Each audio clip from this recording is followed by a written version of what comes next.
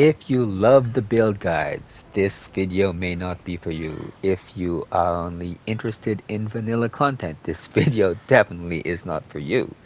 This video is for the mod curious out there, the ones who have heard about modding Baldur's Gate 3 on console but haven't quite taken the plunge. So I'm calling this segment Stupid Questions I've Asked About Modding BG3 on console so you don't have to.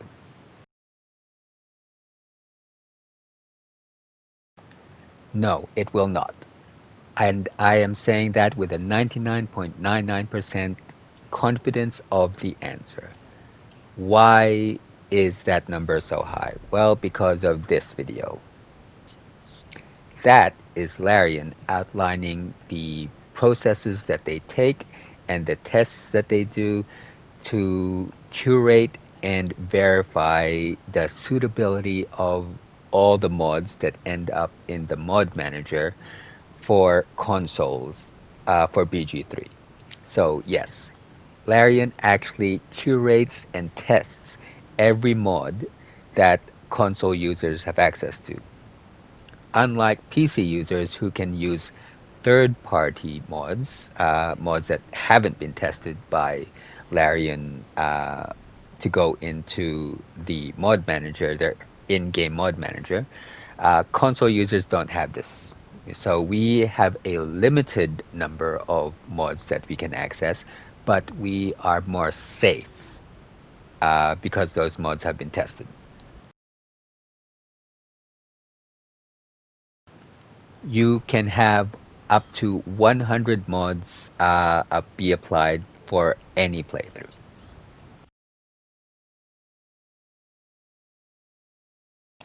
Yes, you can still play with your friends with mods, but every single person who plays has to have the exact same mods. So if you are playing with someone on PC and you are on console, you have to make sure that the PC user only has mods that have also been released on console.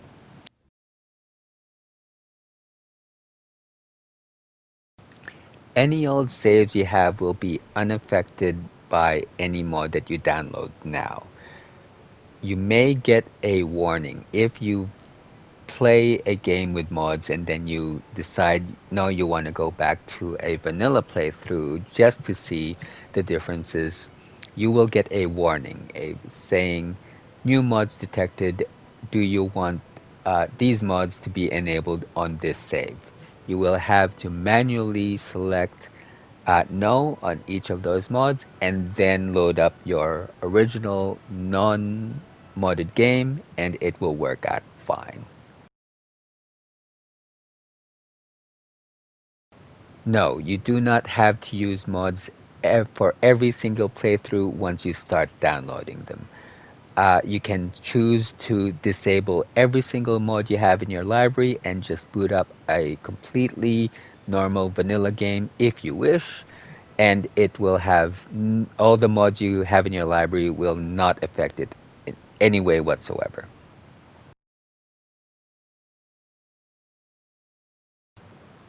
Load order. Okay, for a beginner video, I'm not going to go deep into what load order is. I'm just going to say you won't have to worry about it as a console user as of yet. If a mod is permanently removed from the marketplace, then you might have problems with that save.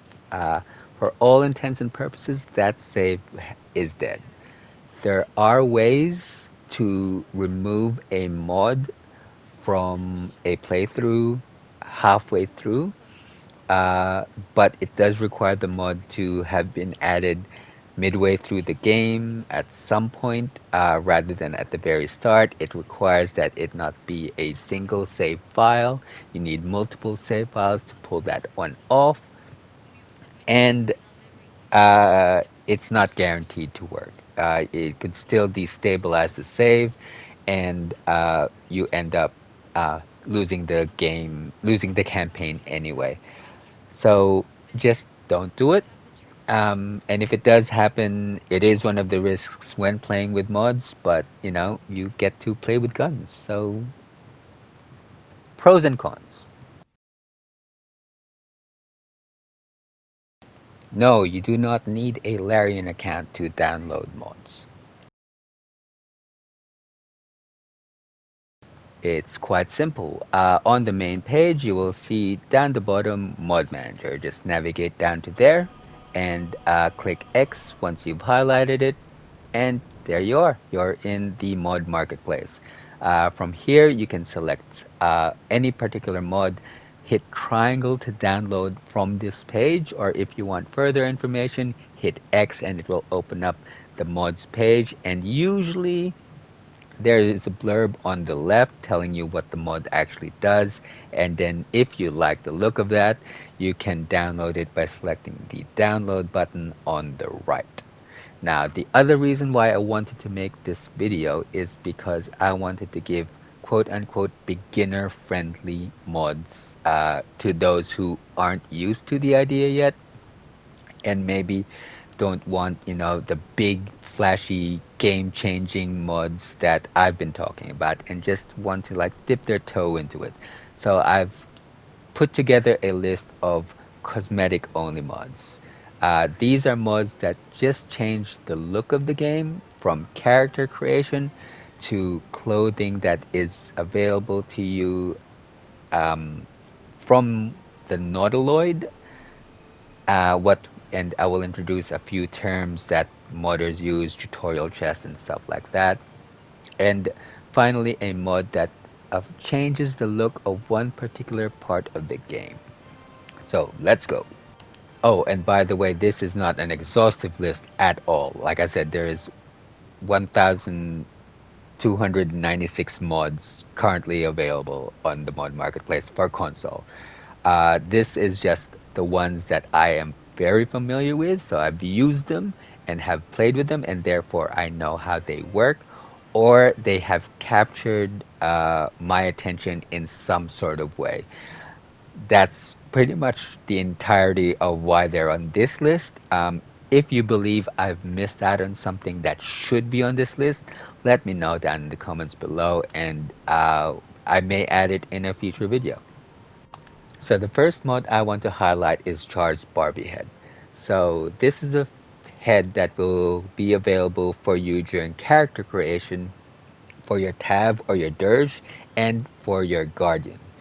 It can also be made available for any hirelings that you get from Withers if you move them over to the magic mirror. Then you can change their face to be this face. I wanted to highlight this one because it is the one face from the myriads faces that I've seen, and they're all good, by the way. But it's the one that kind of moves away from Larian's design philosophy of realism towards the more anime end of the spectrum. And it's not so far on that side of the spectrum that it's jarring. But it is enough to make it striking, to make it stand out amongst all of the other faces that you see um, from the list that you get from Larian. The second one for character creation is Tav's Hair Salon. Now, I like this one. Again, obviously, this gives you more options for hairstyles. I do like this one because of the way they've tried to differentiate the hairstyles in the menu. They've given it a blue background to differentiate it from the vanilla hairstyles, and I just found that very very helpful for some reason. And also the hairstyles that they've got are pretty good. Again, mostly for the ladies. You will find most of the mods on the marketplace seems to be targeted at the ladies. There are a few mods for the guys and guys only, but uh, they are in the minority. Not hugely in the minority. Okay, maybe hugely in the minority, but the next one is for the boys. Technically, not really because the girls can put them on too, but hey, just for the boys. Let's pretend. More beards, more beards 2, more beards 3, and beards for elves. And just as the title says, it just gives you more options for beards for your character. But they're very good beards. So the next two mods I want to introduce you to are cosmetic only clothing mods. So these are mods that just expand the wardrobe of your characters. Well, technically your female characters, and in particular Shadowheart. um, but first, let's start. Tasha's Cauldron of Outfits is the first mod that I want to bring your attention to. I like this mod because the majority of the outfits fit Karlach, Shadowheart, and Lae'zel. I believe only one of the outfits that becomes available to you from this mod does not fit Lae'zel. All other outfits will fit her, and I believe all outfits fit both Shadowheart and Karlach. All the outfits are also dyeable, so if you don't like the color, you just apply a dye to them and they will change color. So yeah, so that is a good one. And also, the theme is very, very much uh, akin to what the theme is for clothing in Baldur's Gate 3, which is fantasy-ish style of clothing. You know, that kind of, yeah, that's not modern clothing kind of vibe. You know what I mean? You've seen it before. Now the other one definitely fits in the more modern clothing kind. That is Queen's Garments. Yes, the fashion is less realistic and a lot more risque, and it has options that will enhance the dimensions of the character that you put those clothing on. Um, I will say though that they usually give three options for their clothings. There's the first option, which uh, will not change the dimensions of your character that puts the clothing on. There is the princess version, and then there's the queen version. I think the difference between the princess and the queen is bigger shoulders. I'm not quite too sure what the difference is. Um, but the princess and queen, yes, the dimensions of your character will change. Just know that for a fact. There is always an option that leaves your character looking exactly as they are, if that's how you want your characters to stay. Copies of the chest where the clothing can be found can also be purchased from each of the major vendors in each of the three acts. So if you miss one, you can still find them at your favorite vendor. The next mod I would recommend is Origin Customization Unlocked. So what this mod does, it allows you to use the magic mirror in your camp to change the look of your companions. So Astarion, Gale, Will, Karlach, Lae'zel, and Shadowheart. You can walk them up to the mirror and adjust their hairstyle, their makeup, their eye color, and put tattoos on them if you want. You cannot change their faces or their body type, but other than that, I think everything's open to be changed. You won't get the same level of customization from Tab's hair salon. So you won't get those options, but you get all the vanilla options for hairstyles for each of the characters. And the final mod that I am going to be recommending to you on this beginner list is the NPC redesign for Emerald Grove. Now, what this mod does, it reimagines every NPC from the Emerald Grove, all the druids, all the tieflings, and makes them changes their look. essentially. It makes the tieflings look a little bit more like that they are desperate and refugees, and it makes the druids seem to be a little bit more isolationist and a lot more older than what you see in vanilla. It's an amazing body of work. The amount of detail that they've put in for all the changes is amazing. Uh, Again, maybe not for you, but just have a look at uh, what modding can actually do, and this is a very, very good example of that. And it goes without saying that if you are going to be using these mods, give the creators a like.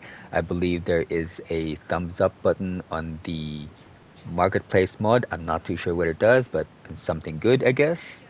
And that is it for me, guys. As Mol says, Thanks. See you in Baldur's Gate, I hope. Now scram, before I get emotional.